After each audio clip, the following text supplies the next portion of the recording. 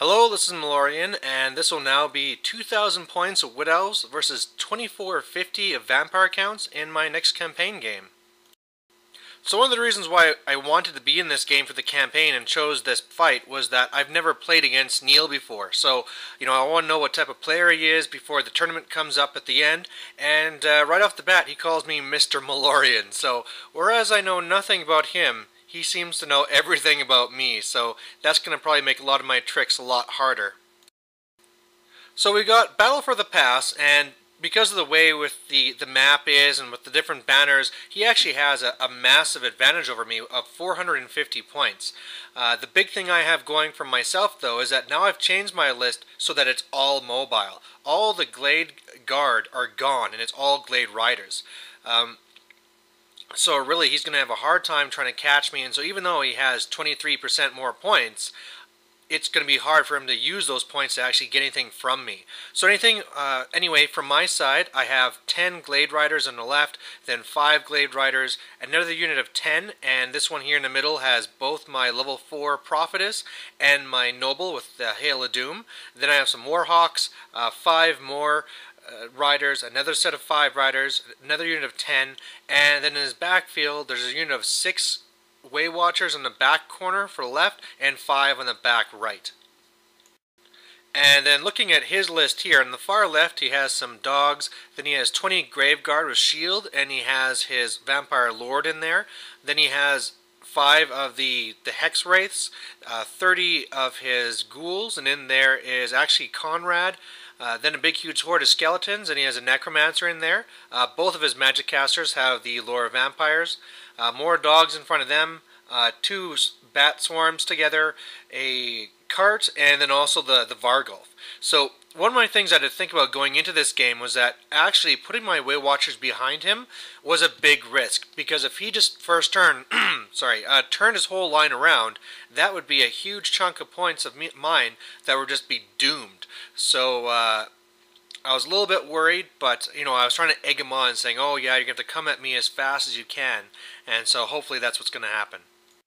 And we rolled off our first turn, and it turned out that he got first, and then that's when we remembered that we hadn't done Vanguard movement. So at first I was umming because, it's not really fair to do your Vanguard moves after you know who's going first, but then I realized it doesn't matter because you can't charge if you Vanguard first turn anyway. So he turns his Hex Wraiths around to see me, so this is a little bit of my worry, but at least he can't charge me first turn. So this is what his first turn looks like. Stuff is moving up, but he didn't even march his main blocks. I didn't know if he was just really worried. I didn't really know what to expect from me first turn. So, that's great for me. Indecision is what I can really prey off of with my Wood Elves. He also moved his Hex Wraiths right up to me. So now if I can pass my March test, I can just run right past him and avoid him. Otherwise, with his magic, I'm just going to be trying to stop his Gaze in the Gash, and otherwise, there's not much he can really do. My turn 1, this is a crap picture, so I'll talk fast.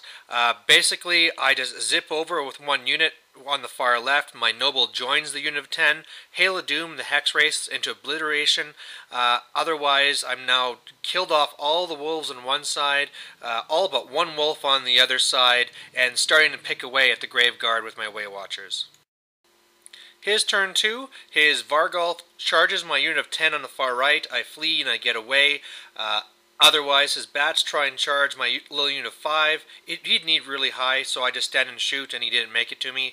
Otherwise, with a single wolf, he didn't want to charge in it, so it stayed. All of the units moved up, and really all he got done with his magic was a little bit of healing, which got his dogs up to full scale there. My turn 2, my units rally. I just kind of shift back. The one unit of 10 with the Noble can shift to his side now.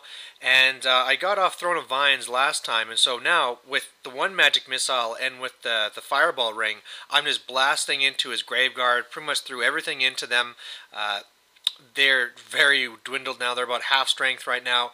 And then otherwise I tried finishing off the dogs, but it just didn't happen again. I had one left. And my Way Watchers in the back are trying to pick away at the Vargulf, but he just keeps making his regeneration, so I think I'm going to have to give up on this pretty quick. His turn 3, not much he can do, just marching up, and then with my magic phase, I use my scroll this turn just to make sure I shut down both of his healing, and so I can try and get rid of that Graveguard.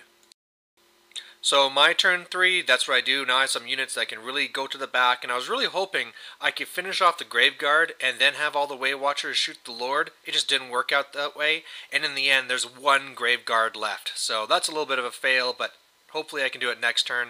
And you can see there I've now given up on the Vargulf, wiped out the other dog unit, and now I'm starting to work on the Bat Swarm. His turn 4, and at this point he's seriously thinking of giving up.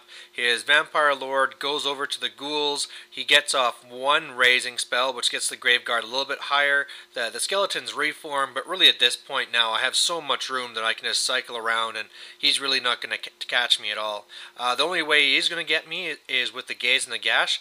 And finally, he's been rolling really low for his number of power dice, but this time he gets it off because it double sixes, blasts my unit with my level 4 and kills 6 of them, and or what is that, 5 of them, and luckily I passed my panic test. But these are the things I really have to worry about that could get him points really quickly if he just hits the smaller units or gets a little bit lucky with panics and stuff like that. My turn 4, the Graveguard are gone. I keep on trying to pick away at his Bat Swarms, but you can see now on the bottom that everything that was on the right dealing with his carts and his Vargulf that he's slowly been trying to go after has completely switched over to this side, so it's kind of a really big lost cause now. His turn 5, it's really just his units on the right then turning around and look at the Way Watchers, his units just reforming, magic didn't go off for him, and that's it. And then my turn 5, I failed my march test on my Way Watcher, so they didn't go as far as I'd wanted to, but this is just now where I don't need to do anything else, right? And at this point I see he's pissed off. I just want the game to be done, get the massacre in the books and be done. So everything's just pulling away. And yeah, his turn 6, really, he just charges the Way Watchers. I roll 11, get away, and he says, you know what, we're done, let's just call this. So despite the large discrepancy in points, it's still a massacre for the Wood Elves, and really, even though this was a big win, especially in the campaign, I was feeling pretty bad, because going into the game, I had started off the game a little bit snarky because he'd been late for the game, and so I was kind of in a bad mood, and by the end of the game, I could really notice that, it was a frustrating game for him to play. He just could not do anything. Apart from rolling irresistible force on his dice to get off that Gaze and the Gash, what else was he going to really do? He had no combats, no shooting, and not really much of a chance, really. So yeah, I mean, as far as my list looks, I really like the way that it worked. Being completely mobile really shows that this is the way that you can make Wood Elves competitive in 8th edition and compete with the other armies. The bad news is that it's just as frustrating as Wood Elves were back in 7th when you actually get them to work well. So at this point I don't really know if I should just shelf my Wood Elves or what, because either I can make them so that they fight fair and they'll die, or I make them competitive and they can't be touched. So I'm going to try and see if I can find a balance, or if I should just even care. I'll have to try and see about this. Maybe I'll just switch to a different army. But anyway, yeah, thanks for watching. Bye.